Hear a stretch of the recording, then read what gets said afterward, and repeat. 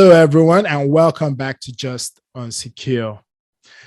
Today, we've got a very good topic for you guys. It's called prioritizing patching in cybersecurity. But before we go ahead, you all know what to do. Don't forget to, subscribe so you get everything from us as we release them.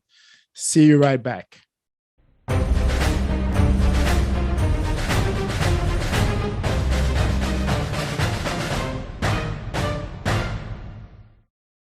Welcome to another edition of Just Unsecure, a series on information security and cybersecurity as it relates to Africa. I'm your co-host, Babs, and OO. We're information security enthusiasts and evangelists, and we just come on this channel to talk about information security like the way we like to do, know more about it, what you need to learn about information security, cybersecurity, and we'll get you more information throughout this channel on everything that relates to cybersecurity.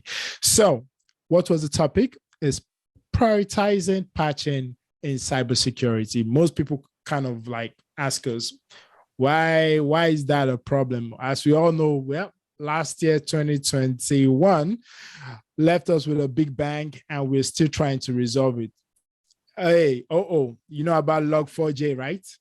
Definitely. I think that actually spoiled a lot of people's Christmas. I can imagine what the IT professionals are looking at right now. Tell me about it. As in, it's something that we've got like 2 subscribers asking, how do you go about patching? What do you do in situations like this? The Log4j basically affected almost everything and everyone that I know within the industry. So some people say, look, what are the steps? What do you really need to take to delve into prioritizing patching, either within the organization, within a product, every line that is deemed to go through a vulnerability cycle, should I say, you need to prioritize it, especially when it becomes a solution, if I put it more clearly. So, but before we jump into the details, I wanted to like put everybody, not to scare everyone, but patching vulnerabilities or exploits, should I say, themselves are not always, lack of a better word, are not always exploitable. So there might be exploits out there, but you can have a ratio of out of every 4 exploits, there's only one that actually materializes. And the one that actually materializes, it might be 1 to 1,000 organizations that actually get hit. So it's not a case of every vulnerability out there, every exploit out there is going to come or you are going to be targeted. So that's what I want people to understand. There should be a systematic approach on how you go about looking within your organization, your product, and saying, okay, what do I need? What are the steps I need to take in prioritizing patching within cybersecurity? What you said is actually spot on. IT operations and security is always on the loggerhead. Security will say, there's a vulnerability that's just been released. We need to patch. He's rated 10 and all of that. That is a very good practice, but most times it's not realistic. And this always causes kind of rifts between the security operations and also IT, even the business. Because if you want to patch my system, I'm going to definitely get a downtime. So we picked this specifically for most of our IT professionals out there, the security guys out there, to say, yes, why there's a lot of vulnerability released every week thereabout. How do you unpick which one should be focused on? How do you prioritize? How do you know which one to say, guess what, this is the one you should patch today? And we thought we should come up with a guide that would help some of our IT professionals in this angle. that this is what has helped us on how to be able to do that. Spot on, spot on. And I think all the viewers are going, okay, just get straight to it. What are the steps? For me, I would always start with a very basic one, which is know your assets, which is asset inventory. If you go through some of our previous series, we detail that as a security professional, you can only secure what you know about. So you need to ensure that you secure your assets. You have a detailed list of all assets within your ecosystem, either it's within your organization, within the cybersecurity ecosystem that you have within your organization, should I say. So, but basically you just have to know all your assets, because without knowing your assets, there's no way you'll be able to remediate or treat anything we're going to talk about going forward. Perfect. You need to know your assets because you need to know deep down, not only like server A and server B, but what software, what version they are running and all of that. You need to know that. And that's from on top of that, we also believe that you should look at your risk. Do risk assessment. Your risk assessment have already categorized these assets. So you will know which of these list of assets fall into a particular risk category. So for example, probably you have high, medium, low, or you have severity and all of that. So if you have done that risk, you know which asset has fallen into that. I think that is one of the critical things to be able to, because you will know that this particular asset that is high risk should be patched first. So that can help you. And it definitely gives you, once you do your risk assessment, you prioritize your asset, like OO says, it gives you a more focused target. It lets you, whenever there's an issue, you know, okay, these are my golden eggs that I need to take care of. These are my priority. So those are what you need to look at first. From that, I think I would also advise people to look at exploits that are actually being exploited in the wild. So vulnerabilities being exploited in the wild. Like we said earlier, not every vulnerability is exploitable. But what you need to do is ensure that any vulnerability that is actually being exploited in the wild is what you should actually take cognizance of and look into to ensure that it's not something that can materialize within your space, especially with, again, Log4j, for example. But I won't pick on that. There are other exploits out there. Absolutely. So listen to your news, listen to some of the database providers, the CV, the CVSS, we give you a particular category of it. Sometimes they can say it's 10 out of 10. Well, we're not saying that is what you should go after, but some of the library, some of the intelligence are already providing that. We have some in industry. Some of them are open intelligence that are already listing to say, oh, this has already been exploited in the wild. You go to Southern, you see that things are being searched over there. People are already, or you could say like you go to forum and you saw that there's already an exploit that has been released. For example, Metaplot method being released, things like that. So that once there's an exploitable opportunity and a big exploit that has been released to be able to do this, and you see that this is easy to do, I think you should go after it and quickly patch it up. Another one that we looked at is anything that is public facing.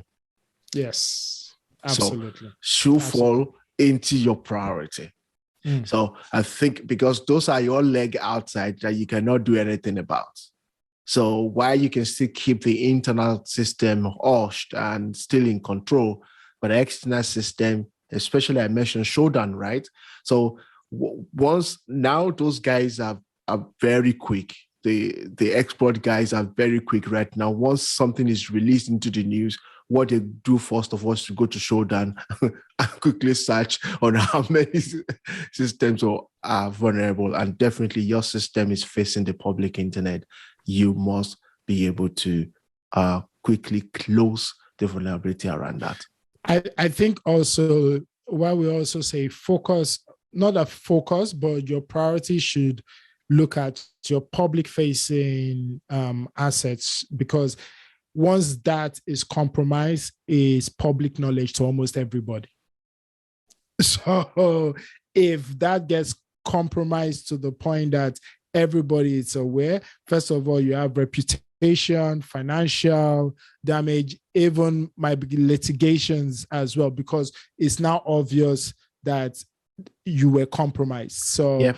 those are the things you should also take cognizance of. That look, external facing, public facing, internet facing are what you should also have very close look at, and those assets from our own point of view should also be prioritized as high or critical, so that whenever an issue like we just said already occurs, you are able to prioritize them. I think for me, another area we should also talk about is the industry compliance requirements. Like we were talking, we have different. So even if we're saying patch from critical, high, medium, it all depends on the industry you're in. So myself, I know we're talking earlier, we're talking about some PCI work we did previously. And again, using PCI DSS as an example, there is a requirement for you to patch anything that is 4.0 higher. Again, those are the kind of things you need to prioritize when it comes to industry requirement. Again, it all depends on the industry you're working with. Yeah. So I don't know if you want to add anything to that. No, that's spot on. So you must be able to know that, yes, your compliance says this is what you have to do. Some compliance says even internal, you should be able to close high vulnerability, or even your own policy. Because sometimes we write a policy and we just shove it off there. It's not being implemented. So what do your own policy say? Your own policy said you should close high risk or high risk into your environment. Definitely, you have to patch that. How you go about that, the schedule that you use is very important. But one last one, Babs, that I probably want to drop on some of them is you need to be able to liaise with your business owners. Absolutely. Because once you want to patch, if you do spray patching and the system goes down and they lost $1 million for an exploit that will never be exploited, you set yourself up to be fired. That's a very good point. I think this is where some security professionals get it wrong, and where we normally say is you have stakeholders in every part of the business. So the stakeholders must be carried along. The stakeholders must know why you're scanning, either daily, either weekly, either monthly, but they must be aware. They must have the buy-in of what you're doing, and they must know why you're going to patch, if there's going to be a patch. Even also when they're going to be patches, you must also people don't take cognizance of this, but you must also take change management into focus, because you might be doing a change, you might be patching, and there's a change going on. Absolutely. Which will affect the change. So you need to ensure you carry stakeholders' operations along. That's just my take. In fact, that is the crust of the guide that we're giving you today. That it's not every vulnerability that you should close, but look at those that are applicable, those that are exploitable, those that meet your either some other criteria, and then your business requirements. Because if you do this prioritization, you will never be scrambling around on what to close. You will look professional, even in communicating that across the organization, because you have done your method to identify what needs to be focused on, and the other ones can be done at a leisure time. And I think those are the top 6 from us. I don't know if you have anything else you want to chip in. For me, make sure you close what you can close and leave what you can leave, but make sure you prioritize.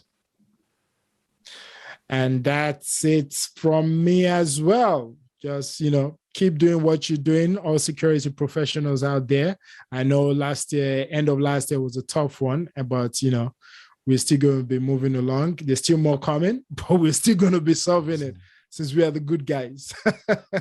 So thank you all. And don't forget, subscribe to know more, and you can view us on all media outlets, social media outlets, Instagram, Twitter, Facebook. And if you want any particular topic for us to talk about, you can email us at juteam@justunsecure.com.